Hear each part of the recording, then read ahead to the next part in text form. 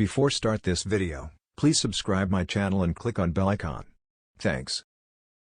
Chandigarh, the Himalayan Club Trust, in collaboration with Department of Innovation Planning and Cultural Affairs, DIPCA, of Desh Bhagat University, organized an installation and felicitation ceremony Aurora, Awaken to the Radiance.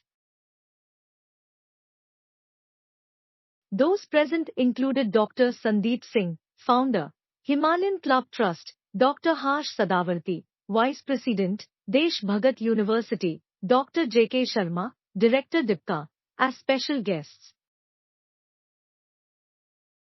Nipun Syal and Atul Pathria were the chief guests for the first session, and Manpreet, Brar and Pooja Brar were the chief guests at the second session of the event.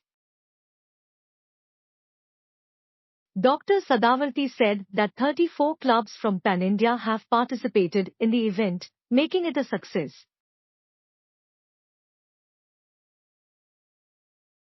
He added that the Himalayan Trust Club has more than 12,000 volunteers and it organized various events like cyclothons, induction programs, and training sessions.